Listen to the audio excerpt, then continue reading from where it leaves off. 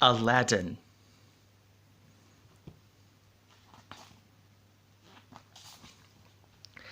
Deep in the Arabian desert, an evil sorcerer named Jafar touched two halves of a magical scarab together. Glowing, the scarab flew across the desert. Where it stopped, an immense tiger head formed from the sand. This was the entrance to the Cave of Wonders. Afraid to enter the cave himself, Jafar ordered a thief named Genie to do it for him. Jafar was desperate to get his hands on the magical lamp, but as Genie stepped inside, a mystical voice boomed from the cave. "Only one may enter, a diamond in the rough." Then the head sank into the sand, taking Genie with it. "I must find this diamond in the rough," said Jafar.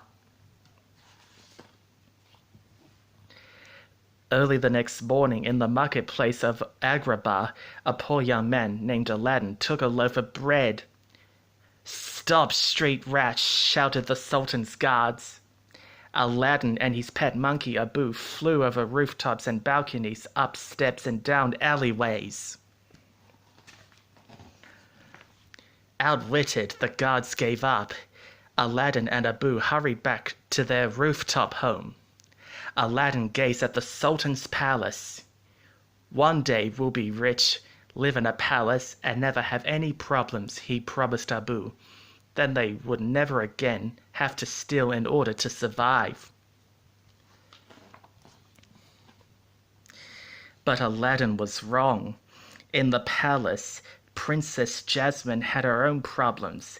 The kingdom said she had to marry a prince by her 18th birthday in only 3 days.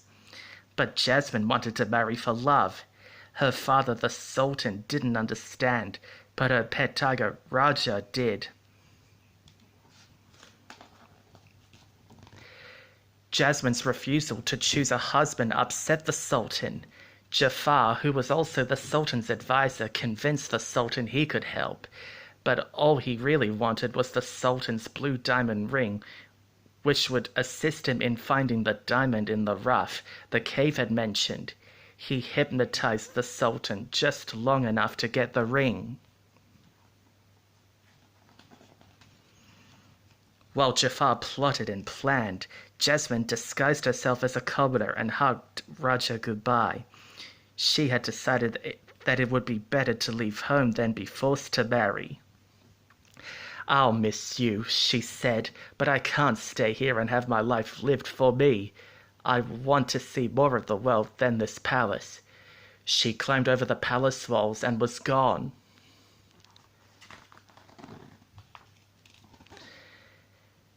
Having never been out of the palace, Jasmine loved Agrabah's bustling marketplace. She saw a hungry boy and took an apple from a fruit stand to give to him. She had never had to pay for things before, so she didn't realize she was stealing. "Thief!" shouted the vendor. Just then Aladdin appeared and defended Jasmine. Quickly, he led her away. Meanwhile, in his secret chamber, Jafar used the Sultan's diamond to activate the sands of time. "Show me the diamond in the rough," he commanded the magical hourglass. The sand showed him Aladdin. Jafar ordered the palace guards to bring him to the palace.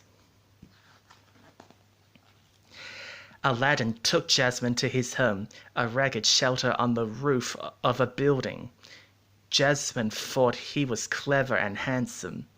Aladdin thought she was beautiful. "Where are you from?" he asked. "It doesn't matter," she replied. "I ran away and I'm not going back." Suddenly, the palace guards thundered up the stairs and grabbed Aladdin. Jasmine threw off her scarf. "Unhand him, by the order of the princess," she ordered. "I would," said the captain, shocked to see the princess, "but my orders come from Jafar." The guards threw Aladdin and Abu in a dungeon. Aladdin thought sadly about Jasmine. She was a princess. No matter how much he liked her, she could never love a poor boy like him. Suddenly, an old prisoner stepped out from the shadows. He offered to make Aladdin rich if Aladdin would do one small errand for him. The old man opened a secret passage out of the dungeon. They could now escape. The old man wanted Aladdin to retrieve a magical item for him, an old magical lamp. He led Aladdin and Abu to the mysterious tiger's head, the Cave of Wonders. "Who disturbs my slumber?" A voice roared as Aladdin approached. "It is I," said Aladdin. "Proceed," thundered the voice. "Bring me the lamp," the old man called. "Touch nothing but the lamp," the voice warned as Aladdin and Abu walked down the steep steps into a huge treasure chamber. A magic carpet playfully tugged at Abu from behind a pile of gold. "Maybe you can help us," Aladdin said to the carpet. "We're trying to find a lamp." The carpet led Aladdin to a lake deep in the cave. In its center was a huge altar of rocks with a lamp on top. Aladdin crossed the lake and scrambled up the rocks. The lamp looked old and battered, worthless. Just then, Abu saw a statue holding a glowing gem. He had to have it. "Abu, no!" Aladdin shouted from the top of the stairs as Abu grabbed for the gem. Even the carpet tried to stop him, but it was too late. "You have touched the forbidden treasures," the tiger's voice thundered. The ground rumbled and shook.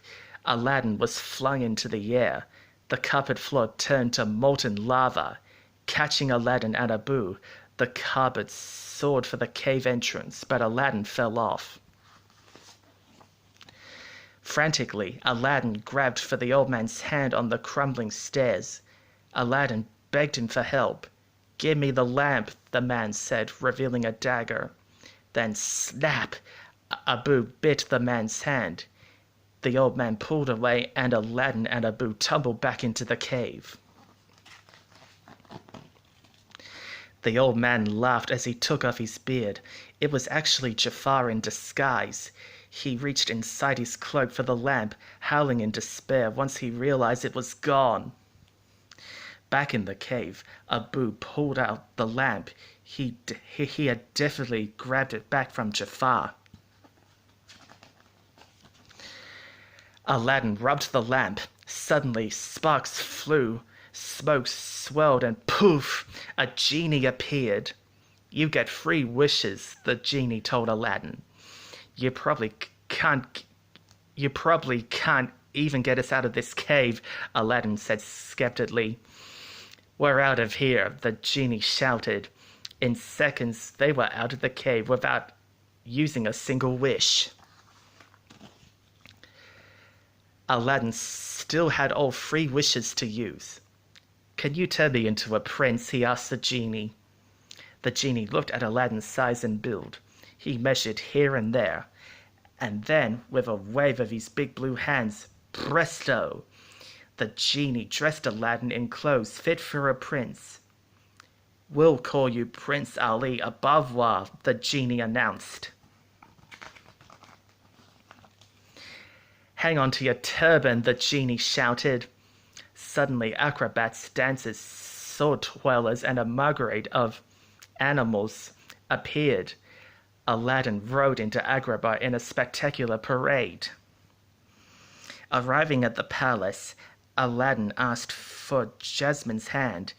The Sultan was impressed, but Jasmine wasn't. I am not some prize to be won." She stormed away. Aladdin was discouraged. He was afraid to tell Jasmine who he really was. That night, he decided to try once more to convince her to talk to him. "You should be free to make your own choice," he told Jasmine. Then he offered her a magic carpet ride. Together, Aladdin and Jasmine flew the starry night over deserts, mountains, and seas, past cities and countrysides, discovering a whole new world and each other. She quickly realized he was the boy from the market. By the time Aladdin returned Jasmine to the palace, she knew she wanted to marry him. "Good night, my prince," she whispered. Aladdin felt as if he was floating on air. Jasmine loved him. But Jafar had evil plans for Aladdin. "You've worn out your welcome, Prince Abubu," Jafar said. He ordered the guards to blind and gag Aladdin and throw him into the sea. Aladdin used his second wish to get the genie to rescue him. At the palace, Jafar hypnotized the Sultan again. "Tell Jasmine she must marry me," he ordered. Suddenly, Aladdin entered the room and ruined Jafar's evil plan. Jafar was furious, but Jafar knew where Aladdin kept the lamp. He sent his parrot Yago to steal it. When Jafar rubbed the lamp, the genie appeared. "I wish to rule as the Sultan," Jafar thundered.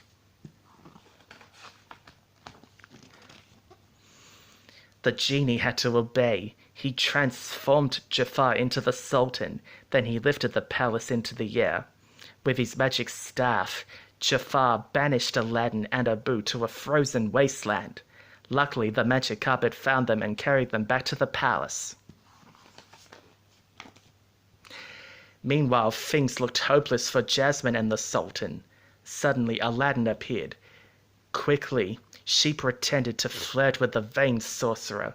She had to try and distract Jafar long enough for Aladdin to save her and her father. Aladdin hurled himself at Jafar. The wicked sorcerer used his magic to surround himself and the lamp with flames and swords. He changed the Sultan into a puppet and Abu into a toy. He imprisoned Jasmine in a giant hourglass. He even transformed himself into a giant cobra.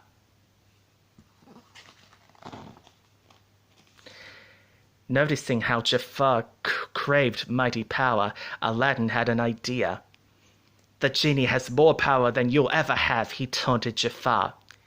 Infuriated, Jafar used his final wish.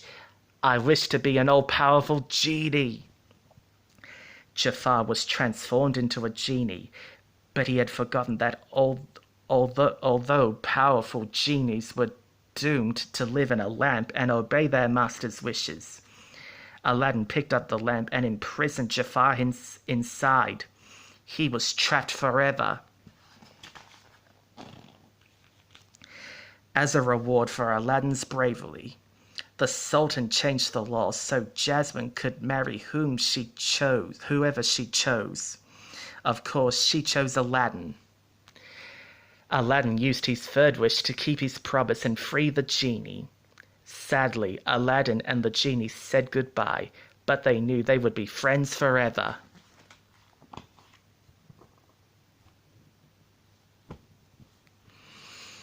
And that's the end of the story.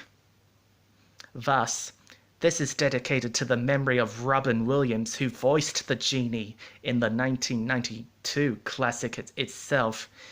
May he rest in peace. From 1951 till 2014.